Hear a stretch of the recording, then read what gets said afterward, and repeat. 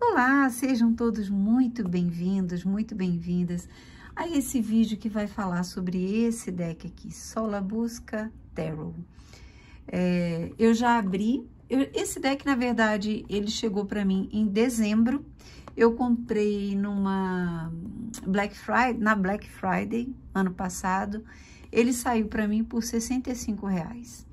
Eu já queria e quero, né, o deck Solabusca, o original, com as cartas num tamanho tradicional, né, produzido pela US Games e Luiz Carabeu, enfim, aquele tamanho tradicional, né, do deck.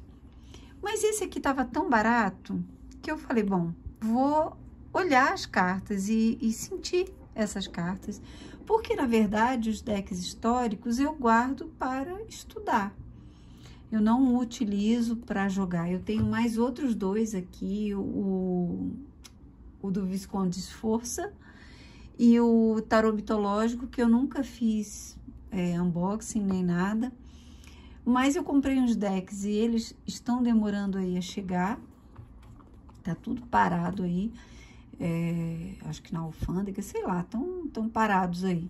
E aí eu resolvi trazer para vocês esse aqui, que chegou em dezembro para mim, tá? Hoje em dia ele deve estar por volta de R$90, ele não é caro.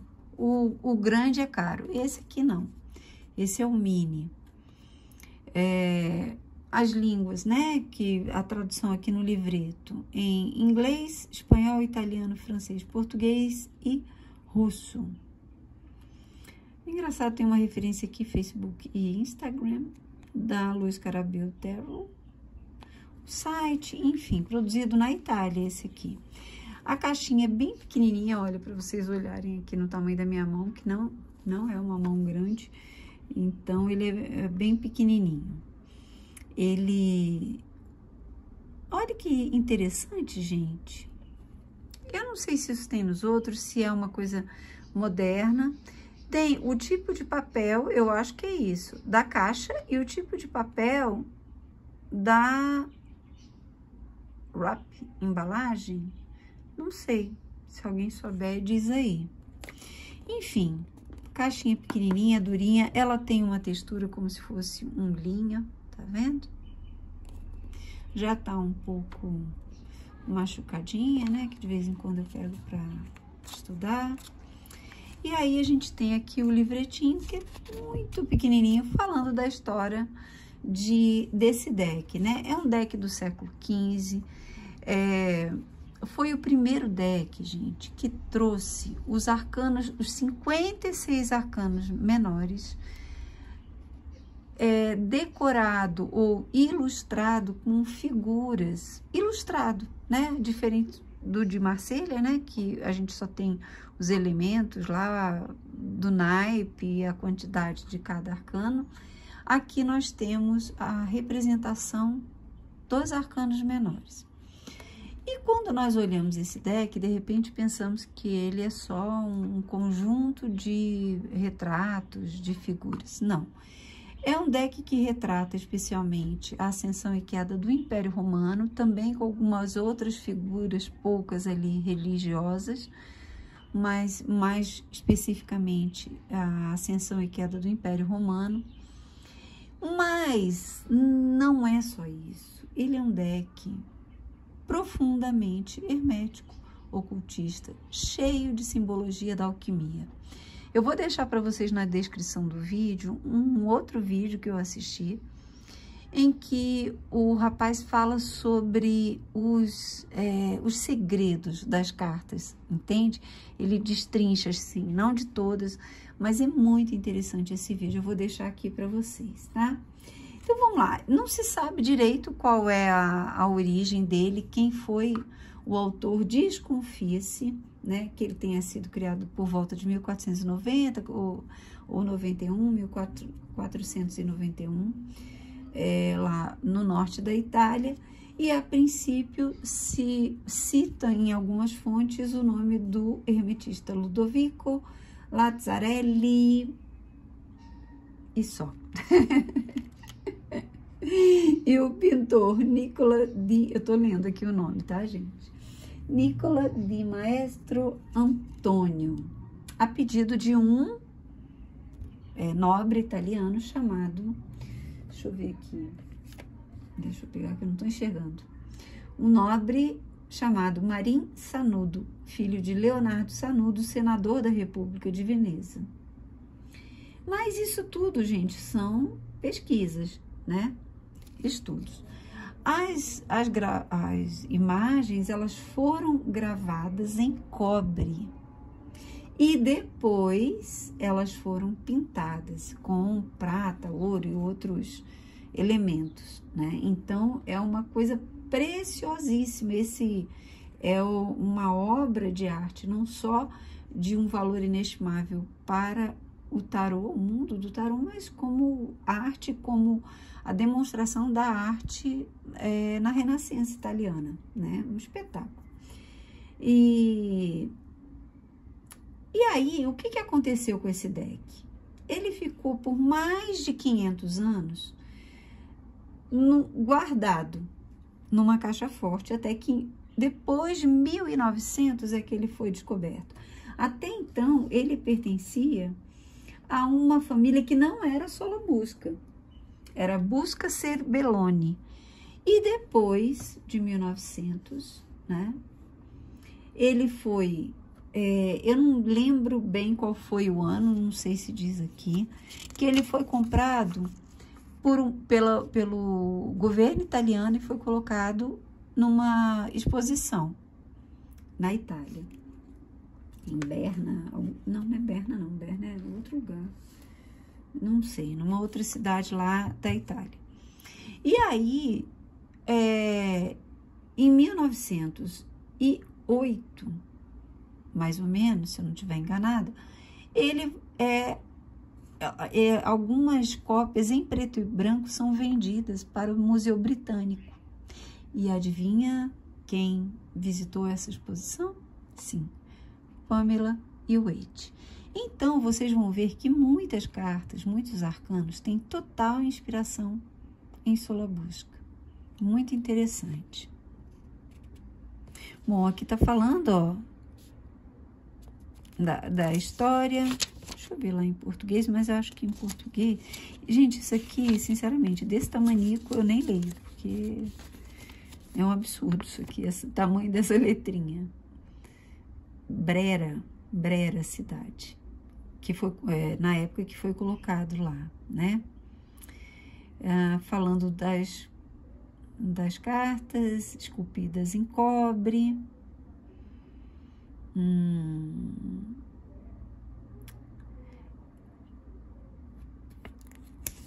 Em relação às cartas da corte, o papel do rei de espadas é atribuído a Alexandre o Grande, enquanto encontramos em outras celebridades diferentes, como o rei Filipe, pai de Alexandre, na carta do mesmo nome de ouros.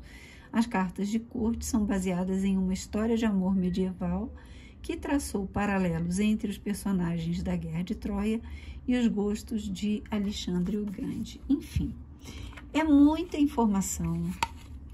E aí é preciso, assim, aquela dedicação realmente de pesquisador e estudioso. Não é o meu caso. Eu gosto, né, e preciso saber, acho que qualquer um que gosta de tarô e trabalha com tarô precisa saber da história do tarô, mas precisa saber com fundamento, com segurança, porque a gente... É tanta informação que às vezes nós recorremos a informações que não são seguras, fidedignas e verdadeiras, e a gente se confunde, né? Então, não é muito a minha praia, eu não tenho ainda segurança para falar sobre isso. O pouco que eu pesquisei também não traz informações assim muito alongadas, né? Porque eu acho que, na verdade, ninguém sabe com segurança muito a respeito das origens do tarô, né? A caixinha... Eu mostrei tudo? Não, né? Mas enfim, vamos lá para as cartinhas. Aqui, outro dia, gente, uma pessoa que é aqui do clube de membros do canal, aliás, eu vou fazer aqui, né, a propaganda. Nós temos aqui no nosso canal um clube de membros. Esse clube tem 3 níveis, digamos assim. Um nível mais simples, que é R$ 4,99, que é só você ter alguns descontos nos produtos que eu, porventura, comercializar, leituras particulares, enfim. O segundo nível é o nível consciência desperta, então a gente tem meditações, leituras de livros, análises, tiragens exclusivas só para os membros. E a escola de tarô, esse nível é R$ 6,99, escola de tarô R$ 7,99, onde nós já estudamos os arcanos da corte, e agora estamos estudando os arcanos menores, desculpa, engasguei, numerados. Então, se você quiser, eu garanto a você que eu entrego bastante, ou me esforço para isso, e por um preço muito simbólico, não faz diferença no cartão de ninguém, você tem acesso a um conteúdo bem sério e profissional, uma leitura técnica com detalhes importantes que vão ajudar você não só a conhecer as cartas de tarô, aprender sobre os arcanos, mas também aprender dicas de interpretação, tá bom? Então, se você quiser ser membro, tem aqui o link na descrição do canal. E um desses membros mandou uma mensagem privada para mim, perguntando qual era a diferença entre carta extra e carta, essas cartinhas aqui, o que elas eram, carta extra, e ele me via falando de carta de apresentação. Essas cartas não são cartas extras. Carta extra, gente, é quando tem, por exemplo, o tarô, ele tem 78 cartas. Então, se o autor daquele deck resolve colocar mais 2, 3, são cartas extras, entende? Essas aqui são cartas de apresentação, de propaganda da Luz Carabel. Apresenta o deck, tem algumas dicas, algumas coisas aqui. Então, são cartas de apresentação, não são cartas extras, tá bom? Então, vamos lá. Olha o tamanico da carta. Deixa eu pegar aqui de uma outra aqui. Esse é o original, Rider-Waite. Tamanho, esse aqui é da US Games. Então, é esse tamanho tradicional de carta. Aí, olha o tamaniquinho dessa carta. Ela é bem pequenininha, tá? Mas, assim, a qualidade é excelente. Excelente, o papel é excelente. Então, não deixem nada a desejar. Se você quiser jogar com elas, se você quiser manusear, entendeu? A imagem é bem nítida, então, assim, é de excelente qualidade. Então, vamos lá. O louco. E é como eu falei, muitos símbolos alquímicos, muitos símbolos herméticos, tá? Não tentem comparar com... a princípio, eu quis fazer isso, mas não dá muito certo. Você querer comparar com digamos assim, com o que Marselha colocou nos arcanos maiores, principalmente, e Waite e Crowley e todos os outros. É bem diferente. O mago. Então, aqui, olha, nós vamos ter alguns nomes. O número, ele vem escondidinho, em geral, todos em algarismos romanos, mas de uma forma antiga. Porque, por exemplo, o 4 não é o 1 e o 5, né? São quatro números 1. Nossa, hoje eu tô enrolada, gente. Enfim, tá vendo? Às vezes não vem sempre nessa posição, não. Mas sempre vem aqui numeradinho com algumas descrições ou o nome da personagem. A sacerdotisa, ó, por exemplo, aqui é póstumio.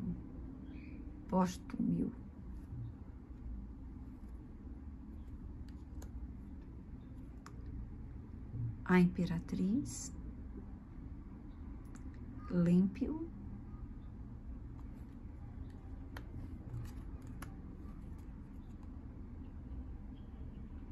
o imperador.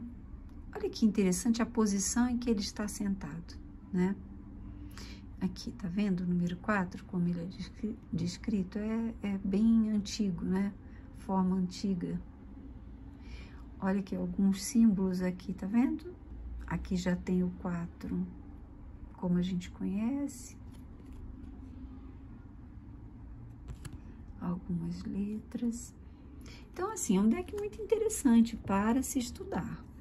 E, com certeza, ó, o Papa, tá vendo? Aqui o número. Os menores são numerados também.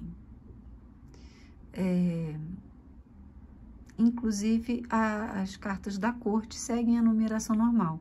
11, 12, 13, 14. Aqui, enamorados. Eu recomendo o estudo, quem tiver o interesse de estudar Solabusca, procurar na internet pessoas que se dediquem a isso, né? Porque tem muita coisa aí que é dita e que não tem nada a ver. O arcano do carro. Essa carta aqui me dá arrepios, que é o Nero, com esse bebezinho. Arcano número 8. 9, o eremita, é Falco.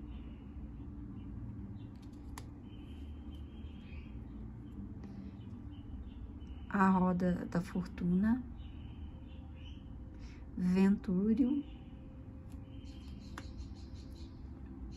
A força. Túlio, Tilo. Não enxergo. Vendo? Então, é um deck bastante curioso, bastante misterioso.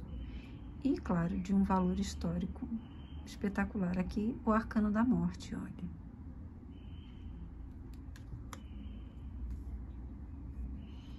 A temperança. Aliás, eu não vou falar assim não, gente. Eu vou falar só o número da carta, né? Arcano 15.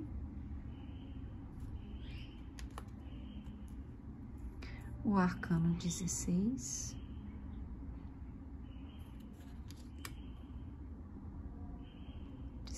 Tá vendo que tá aqui?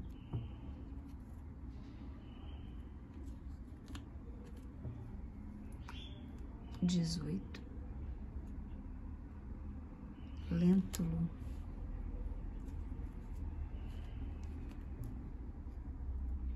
19. Sabino. 20. Neneroto, acho que é isso, não sei. Nabucodonosor, deve ser. O arcano 21. E aí, vamos lá para o naipe de paus. O ás. Olha que interessante, né? A gente tem aqui a vestimenta do guerreiro vazia. E essa força saindo ali, né? Bom, vou deixar aqui mesmo. É porque elas escorregam, elas vão bagunçando tudo aqui. O 2 de paus. 3. Se assemelham a pessoinhas, né? 4. Vocês estão vendo a numeração aqui, ó? Aqui, 5 de paus. O 6.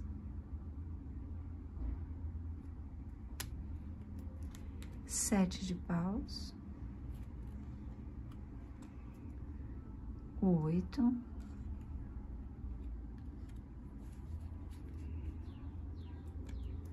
9 de paus. E o 10. E aí, os arcanos da corte, como eu falei, eles trazem a numeração aqui, olha, 11, pajem de paus, 12, cavaleiro, 13, a rainha de paus, e 14, o rei de paus.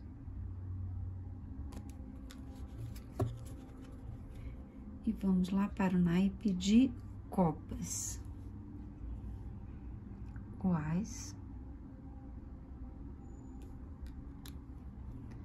2 de copas, 3,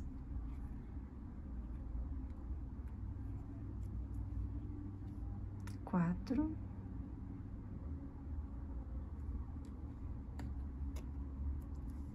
o 5 de copas,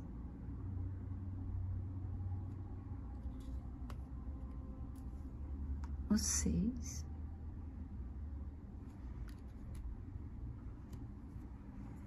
sete, e sempre tem um fundamento da posição dessas, dos elementos que representam o naipe, né? O 8 de copas, o 9, o 10.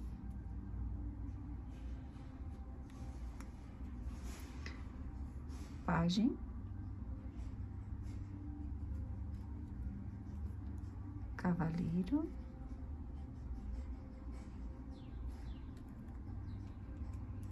a rainha e o rei.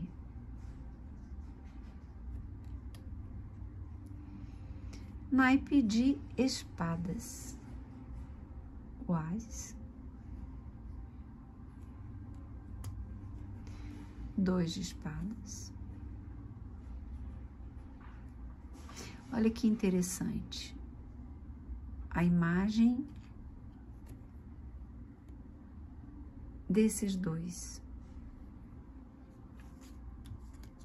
O 3 de espadas, que é o mais óbvio e semelhante ao deck, né, que Pamela e Wade idealizaram, 3 de espadas.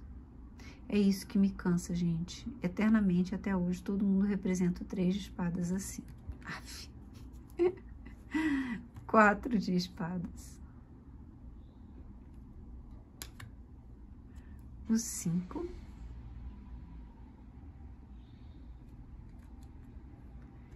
Seis de espadas. Lembra muito o 10, né? De paus. O 7 de espadas também é semelhante, né? A gente vê o rapaz carregando as espadas aí de uma forma sorrateira. O 8. 9.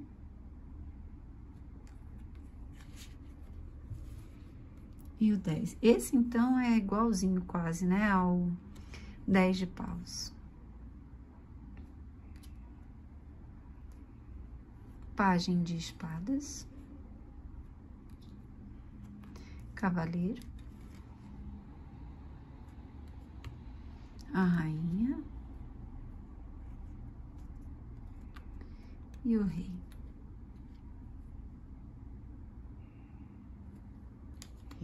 E, por último, o naipe de ouros, as de ouros. Olha, pode ver que tem um númerozinho aqui. O 2, 3 de ouros, 4, que de alguma forma também se assemelha, né? O 5. Olha que interessante. É como se ele se cobrisse com partes de animais mortos. O 6, que é, assim, a cara do 8, né, que a Pamela desenhou. O 6 de ouros. O 7.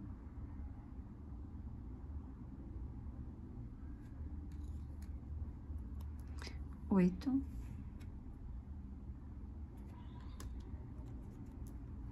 9,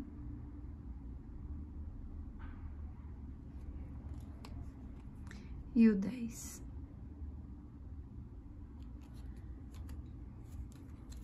E os arcanos da corte: Pajem de ouros, Cavaleiro,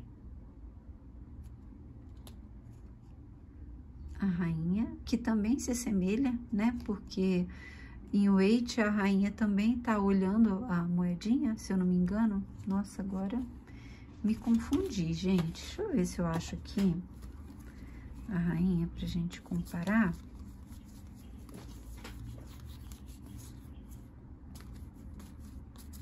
Cadê? Tá aqui, isso mesmo. Deu um tilt aqui, né? Olha como elas se assemelham. Até a cor do próprio trono, né? E aqui o Rei de Ouros. Então, gente, é isso. Fica aí a dica para quem quiser pesquisar, estudar, conhecer. É um deckzinho delícia pelo tamaninho. Ele se adapta muito bem, assim, à mão, sabe? Parece um brinquedinho mesmo. E espalha super bem. É, assim, qualidade mesmo, Luz Carabel, que é muito boa. E é isso. Fica a dica aí para vocês que quiserem. Se quiserem o deck maior, eu acho até que pode ser bastante mais interessante. Eu gostaria de algum material, quem souber, desconheço algum livro ou material específico que fale sobre esse deck, que eu acho que seria muito interessante. E não esqueçam de assistir aí o vídeo, que eu vou deixar, que é bastante interessante também, tá bom? Um grande beijo, fiquem com Deus e até a próxima.